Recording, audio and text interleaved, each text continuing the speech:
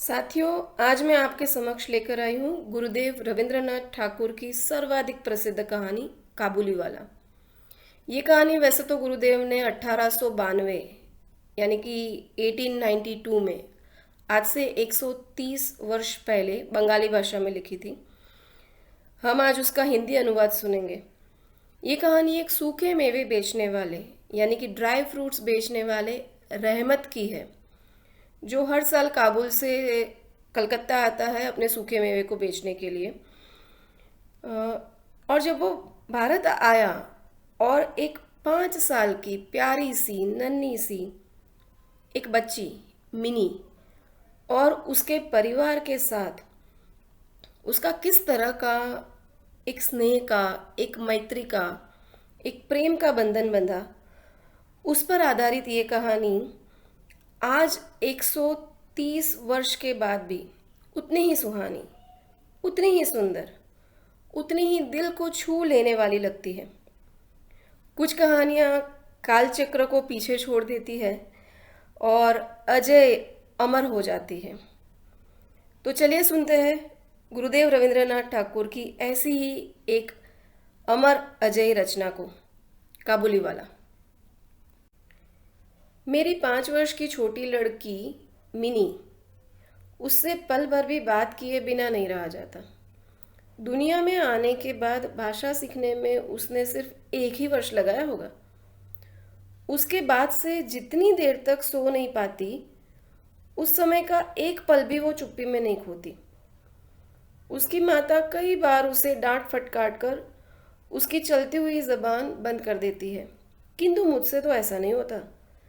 Mini का मौन मुझे ऐसा अस्वाभाविक सा प्रतीत होता है कि मुझसे वह अधिक देर तक सहा नहीं जाता, और यही कारण है कि मेरे साथ उसके भावों का आदान प्रदान कुछ अधिक उत्साह के साथ होता रहता है।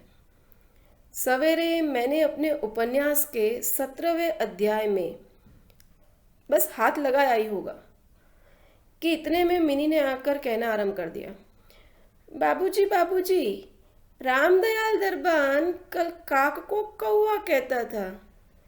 वो तो कुछ नहीं जानता है ना बाबूजी।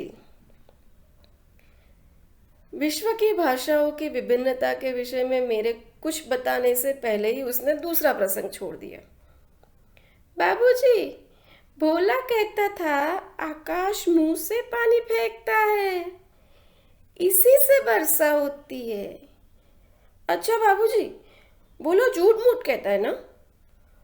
खाली भग भग किया करता है, दिन रात बकता रहता है।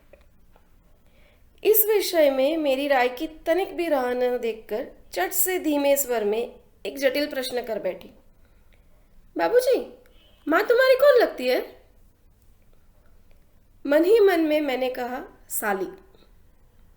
और फिर बोला, मिनी तू जा, भोला के साथ खेल, मुझे अभी काम है। अच्छा तू जा। तब उसने मेरी मेज के पार्श्व में पैरों के पास बैठकर अपने दोनों घुटने और हाथों को हिला हिलाकर बड़ी शीघ्रता से मुंह चलाकर अटकन बटकन दही चटाके कहना आराम कर दिया।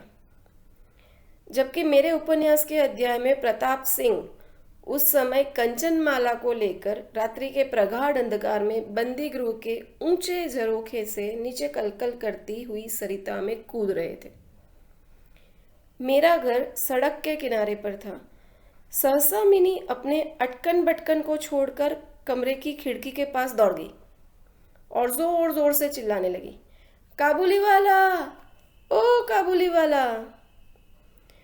मैले कुचेले ढीले कपड़े पहने, सिर पर कुल्ला रखे, उस पर साफा बांधे, कंधे पर सूखे फलों की मैली झोली लटकाए, हाथ में चमन के अंगूरों की कुछ पिटारियां लिए, एक लंबा तगड़ा सा काबुली मंद चाल से सड़क पर जा रहा था। उसे देखकर मेरी छोटी बेटी ने हृदय में कैसे भाव उदय हुए होंगे यह बताना असंभव है। उसने जोरों से पुकारना शुरू किया। मैंने सोचा, अभी झोली कंधे पर डाले सर पर एक मुसीबत आ खड़ी होगी और मेरा 17वां अध्याय आज अधूरा रह जाएगा।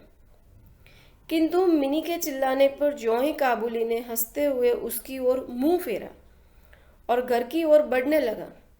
त्यों ही मिनी भय खाकर भीतर भाग गई। फिर उसका पता ही नहीं लगा कि कहाँ छिप गई।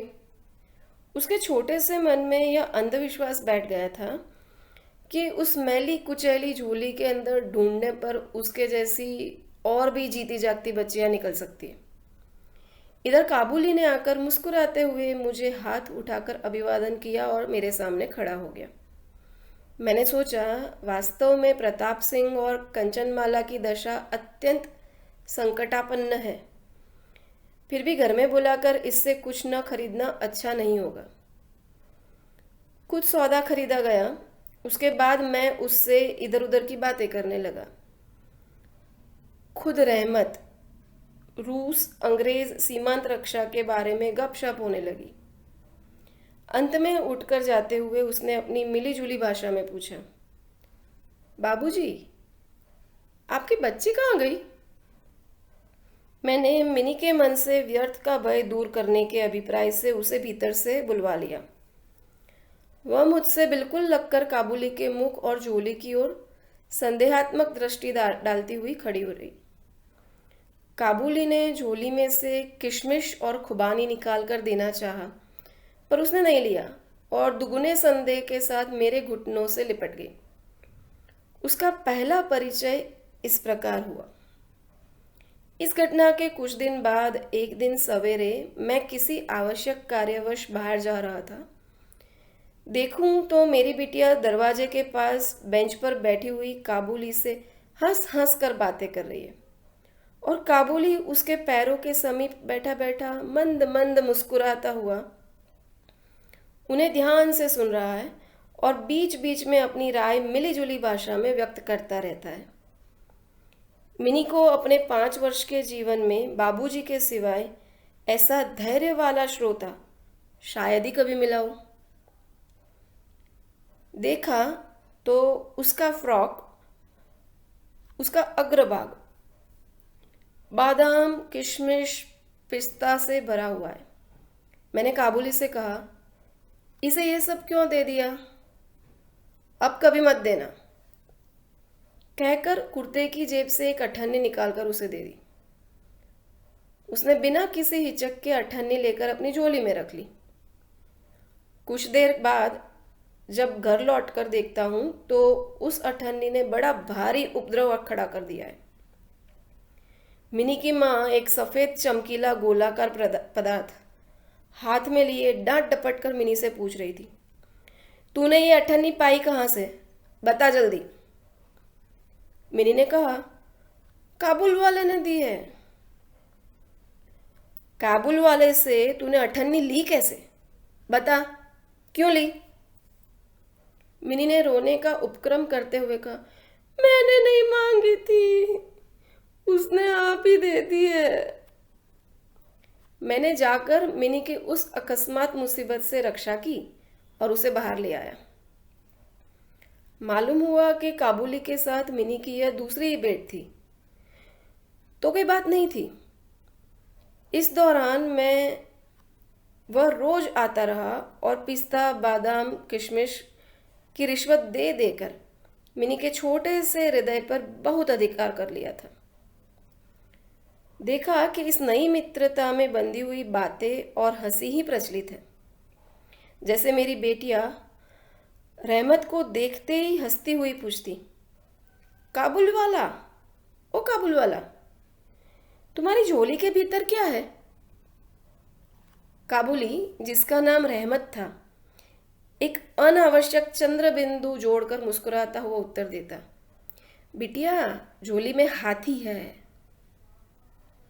उसके परिहास का रहस्य क्या है यह तो नहीं कह सकता, फिर भी इन नए मित्रों को इससे तनिक विशेष खेल सा प्रतीत होता है और जाड़े के प्रभात में इस सयाने और एक बच्ची की सरल हंसी सुनकर मुझे भी बड़ा अच्छा लगता है। उन दोनों मित्रों में और भी एक आध बार और कुछ बात प्रचलित थी। रहमत मिनी से कहता, तुम ससुराल कभी मत जाना। अच्छा, कभी मत जाना। हमारे देश की लड़कियां जन्म से ही ससुराल शब्द से परिचित रहती है। किंतु हम लोग तनिक कुछ नई रोशनी के होने के कारण तनिक सी बच्ची को ससुराल के विषय में विशेष ज्ञानी नहीं बना सकते। इसलिए रहमत का अनुरोध वह स्पष्ट रूप में नहीं समझ सकी। इस पर भी किसी बात का उत्तर दिए बिना चुप रहना उसके स्वभाव के बिल्कुल ही विरुद्ध था। उल्टे वह रहमत से ही पूछती, तुम ससुराल जाओगे? रहमत काल्पनिक ससुर के लिए अपना जबरदस्त गुस्सा तान कर कहता, हम ससुर को मारेगा। सुनकर मिनी ससुर नाम के किसी अनजाने जीव की दुर्वस्था की कल्पना करते हुए खूब हंसती। देखते देखते जाड़े की सुहावनी ऋतु आ गई। पूर्व युग में इसी समय राजा लोग दिग्विजय के लिए कूच करते थे। मैं कलकत्ता छोड़कर कभी कहीं नहीं गया, शायद इसलिए मेरा मन ब्रह्मांड में घूमा करता है। यानी मैं अपने घर में ही चीर प्रवासी हूँ। बाहरी ब्रह्मांड के लिए मेरा मन सर्वदा आतुर रहता है। किसी विदेश का नाम आगे आते ही मेरा मन वहाँ की उड़ान लगाने लगता है। इसी प्रकार किसी विदेशी को देखते ही तत्काल मेरा मन सरिता पर्वत, बेहड़, वन वगैरह में एक कुटीर का दृश्य देखने लगता है और एक उल्लासपूर्ण स्वतंत्र जीवन यात्रा की बात कल्पना में जाग उठती है। इधर देखा तो मैं ऐसी प्रकृति का प्राणी हूँ जिसका अपना घर छोड़कर बाहर निकलने में सिर कटता है। यही कारण है कि सवेरे के समय अपने छोटे से कमरे के मेज के सामने बैठकर उस काबुली से गपशप लड़ाकर बहुत कुछ भ्रमण का काम निकाल लिया करता हूँ। मेरे सामने काबुल का पूरा चित्र खींच जाता। दोनों ओर उबड़ खाबड़ लाल लाल ऊंचे दुर्गम पर्वत है और रेगिस्तानी मार्ग। उन पर लदे हुए ऊंटों की कतार जा रही है। ऊंचे ऊंचे साफे बंधे हुए सौदागर और यात्री कुछ ऊंट की सवारी पर है तो कुछ पैदल ही जा रहे हैं। किन्हीं के हाथों में बर्छा है तो कोई बाबा आदम के जमाने की पुरानी बंदूक थामे हुए है। बादलों की भयानक गर्जन के स्वर में काबुली लोग अपने मिलीजुली भाषा में अपने देश की बातें कर रहे हैं। मिनी की माँ बड़ी वहमी तबीयत की है। राह में किसी प्रकार का शोरगुल हुआ नहीं कि उसने समझ लिया कि संसार भर के सारे मस्त शराबी हमारे ही घर की ओर दौड़े आ रहे। उसके विचारों में यह दुनिया इस छोर से उस छोर तक चोर, डकैत, मस्त, शराबी, सांप, बाघ, रोगों, मलेरिया, तिलचट्टे और अंग्रेजों से भरी पड़ी है। इतने दिन हुए इस दुनिया में रहते हुए भी उसके मन का यह रोग कभी दूर नहीं हुआ। रहमत काबुली की ओर से भी वह पूरी तरह निश्चिंत नहीं थी। उस पर विशेष नज़र रखने के लिए मुझसे बार बार अनुरोध करती रही। जब मैं उसके शक को परिहास के आवरण से ढकना चाहता तो मुझसे एक साथ कई प्रश्न पूछ बैठती। क्या कभी किसी का लड़का नहीं चुराया गया? क्या काबुल में गुलाम नहीं बिकते? क्या एक लंबे तगड़े काबुली के लिए एक छोटे से बच्चे का उठा ले जाना असंभव है क्या? वगैरह वगैरह और बहुत सारे प्रश्न। मुझे मानना पड़ता कि यह बात नितांत असंभव हो सो बात नहीं, पर भरोसे के काबिल नहीं। भरोसा करने की शक्ति सब में समान नहीं होती। अतः मिनी की माँ के मन में भय ही रह गया, लेकिन केवल इसलिए बिना किसी दोष के रहमत को अपने घर में आने से मना न कर सका। हर वर्ष रहमत माघ मास में लगभग अपने देश लौट जाता है। इस समय वह अपने व्यापारियों से रुपया पैसा वसूल करने में तल्लीन रहता है। उसे घर घर दुकान दुकान बहुत घूमना पड़ता है। फिर भी मिनी से उसकी भेंट एक बार अवश्य हो जाती है। देखने में तो ऐसा प्रतीत होता है कि दोनों के मध्य किसी षड्यंत्र का श्री गणेश हो रहा है। जिस दिन वह सवेरे नहीं आ पाता उस दिन देखूं तो वह संध्या को हाजिर है।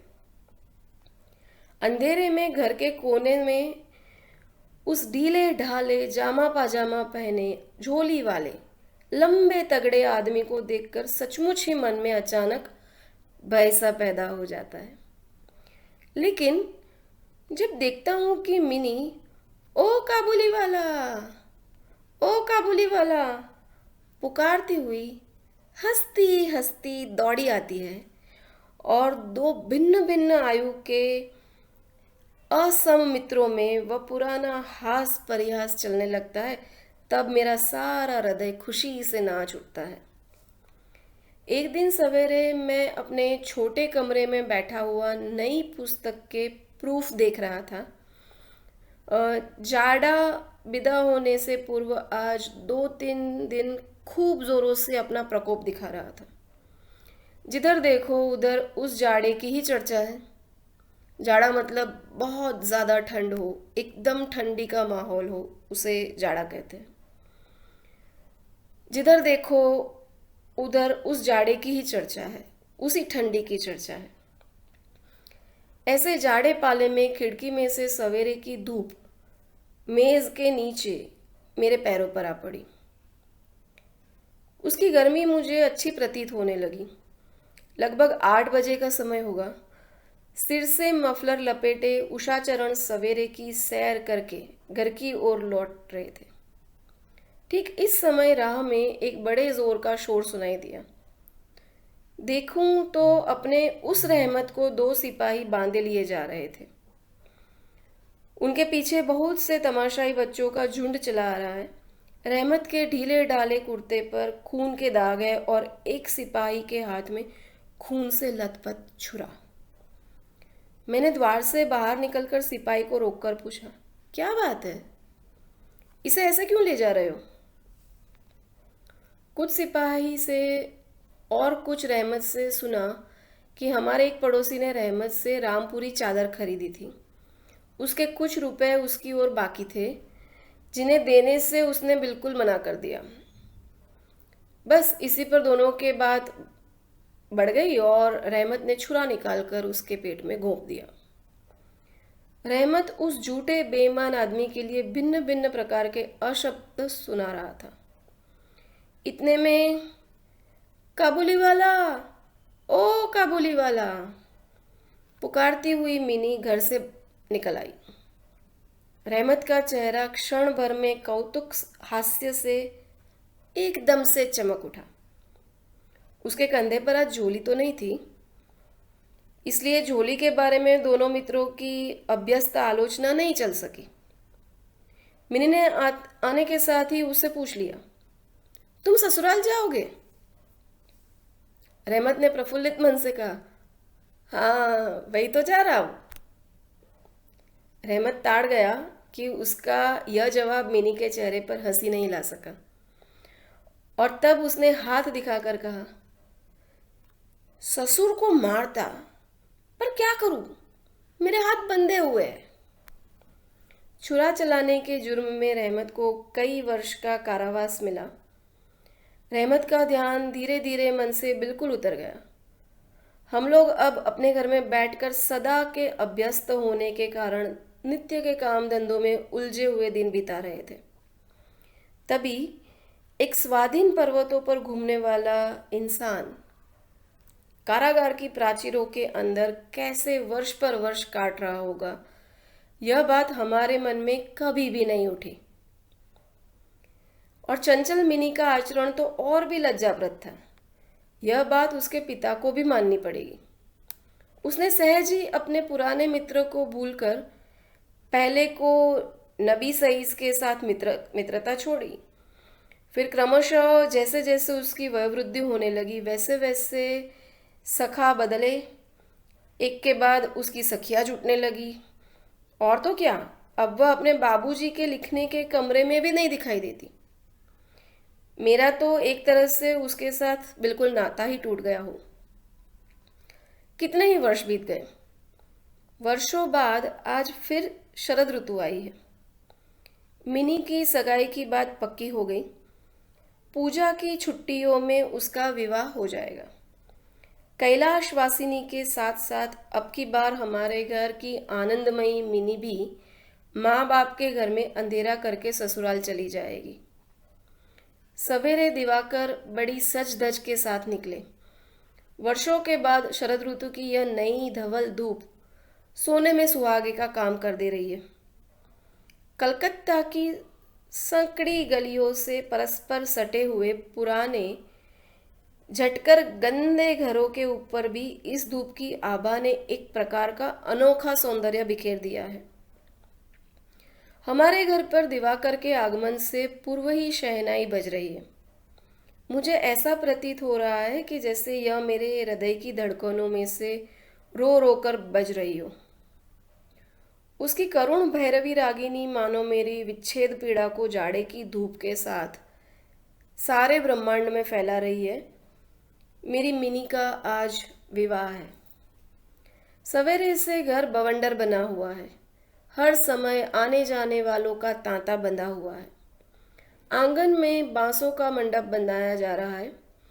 दरेक कमरे और बरामदे में झाड़ फानुस लटकाए जा रहे हैं और उनकी टक टक की आवाज़ मेरे कमरे में आ रही है। चलो रे, जल्दी करो, इधर आओ। ये सब शब्दों की तो कोई गिनती ही नहीं है। मैं अपने लिखने पढ़ने के कमरे में बैठा हुआ हिसाब लिख रहा था। इतने में रहमत आया और अभिवादन करके खड़ा हो गया। पहले तो मैं उसे पहचान नहीं सका। उसके पास न तो झोली थी और न पहले जैसे लंबे लंबे बाल और न चेहरे पर पहले जैसी दिव्य ज्योति ही थी। अंत में उसकी मुस्कान देखकर पहचान सका कि वह रहमत ही है। मैंने उसे पूछा, क्यों रहमत, कब आए? उसने कहा, कल शाम को जेल से छूटा हूं। सुनते ही उसके शब्द मेरे कानों में खच से बज उठे। किसी खूनी को मैंने कभी आंखों से नहीं देखा था। उसे देखकर मेरा सारा मन एकाएक सिकुड़ सा गया। मेरी यही इच्छा होने लगी कि आज के इस शुभ दिन में वह इंसान यहाँ से टल जाए तो अच्छा हो जाए। मैंने उससे कहा, आज हमारे घर में कुछ आवश्यक काम है, सो आज मैं उसमें लगा हुआ हूँ। आज तुम जाओ, फिर कभी आना। मेरी बात सुनकर तो वह उसी क्षण जाने को तैयार हो गया, पर द्वार के पास आकर कुछ इधर उधर देखकर बोला, क्या बच्ची को तनिक नहीं देख सकता? शायद उसे यही विश्वास था कि मिनी अब तक वैसी ही बच्ची बनी है। उसने सोचा हो कि मिनी अब भी पहले की तरह काबुली वाला, ओ काबुली वाला, ऐसा पुकारती हुई दौड़ी चली आएगी। उन दोनों के पहले हास परिहास में किसी प्रकार की रुकावट नहीं होगी। यहाँ तक कि पहले की मित्रता की याद करके वह एक पेटी अंगूर और एक कागज़ के दोनों में थोड़ी सी किशमिश, बादाम, पिस्ता शायद अपने देश के किसी आदमी से मांग तांग कर लेता आया था। उसकी पहले की मैली कुचैली झोली आज उसके पास नहीं थी। मैंने कहा, आज घर में बहुत काम है, सो किसी से भेंट नहीं हो सकेगी। मेरा उत्तर सुनकर वह कुछ उदास सा हो गया। उसी मुद्रा में उसने एक बार मेरे मुख की ओर स्थिर दृष्टि से देखा, फिर अभिवादन करके दरवाजे के बाहर निकल गया। मेरे हृदय में जाने कैसी एक वेदना सी उठ गई। मैं सोच ही रहा था कि उसे बुलाऊं, इतने में देखा तो वह स्वयं ही आ रहा था। वो पास आकर बोला, ये अंगूर और कुछ किशमिश, बादाम, पिस्ता बच्ची के लिए लाया था, उसको दे दीजिएगा। मैंने उसके हाथ से सामान लेकर पैसे देने चाहे, लेकिन उसने मेरे हाथ को थामते हुए कहा, आपकी बहुत मेहरबानी है बाबू साहब, हमेशा याद रहेगी, पैसा रहने दीजिए। तनिक रुककर वो फिर बोला, बाबू साहब, आपकी जैसी मेरी भी मेरे देश में एक बच्ची है। मैं उसकी याद कर कर आपकी बच्ची के लिए थोड़ी सी मेवा हाथ में ले आया करता हूँ। मैं यह सौदा बेचने नहीं आता। कहते हुए उसने ढीले ढाले कुर्ते के अंदर हाथ डालकर छाती के पास से एक मैला कुचैला मुड़ा हुआ कागज का टुकड़ा निकाला और बड़े जतन से उसकी चारों तहें खोलकर दोनों हाथों से उसे फैलाकर मेरी मेज पर रख दिया। देखा कि कागज के उस टुकड़े पर एक नन्हे से हाथ के छोटे से पंजे की छाप है। फोटो नहीं, तेल चित्र नहीं, हाथ में थोड़ी सी कालिख लगाकर कागज के ऊपर उसी का निशान ले लिया गया है। अपनी बेटी के इस स्मृति पत्र को छाती से लगाकर रहमत हर वर्ष कलकत्ता के गली कूचों में सौदा बेचने के लिए आता है और तब वह कालिख चित्र मानो उसकी बच्ची के हाथ का कोमल स्पर्श उसके बिछड़े हुए विशाल वक्षस्थल में अमृत उड़ेलता रहता है। देखकर मेरी आंखें भर आई और फिर मैं इस बात को बिल्कुल ही भूल गया कि वह एक मामूली काबुली मेवा वाला है। मैं एक उच्च वंश का रईस हूँ। तब मुझे ऐसा लगने लगा कि जो वह है वही मैं हूँ। वो भी एक बाप है और मैं भी। उसकी पर्वतवासिनी छोटी बच्ची की निशानी मेरी ही मिनी की याद दिलाती है। मैंने तत्काल ही मिनी को बाहर बुलवाया। हालांकि इस पर अंदर घर में आपत्ति की गई। इस पर मैंने उस पर कुछ भी ध्यान नहीं दिया। विवाह के वस्त्रों और अलंकारों में लिपटी हुई बेचारी मिनी मारे लज्जा के सिकुड़ी हुई सी मेरे पास आकर खड़ी हो गई। उस अवस्था में देखकर रहमत काबुली पहले तो सक पका गया।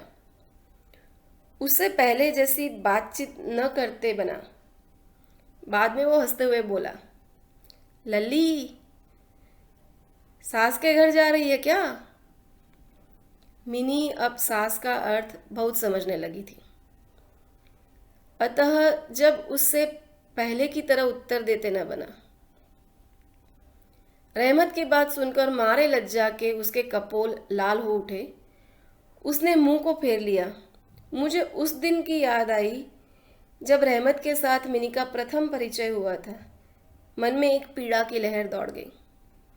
मिनी के चले जाने के बाद एक गहरी सांस लेकर रहमत फर्श पर बैठ गया।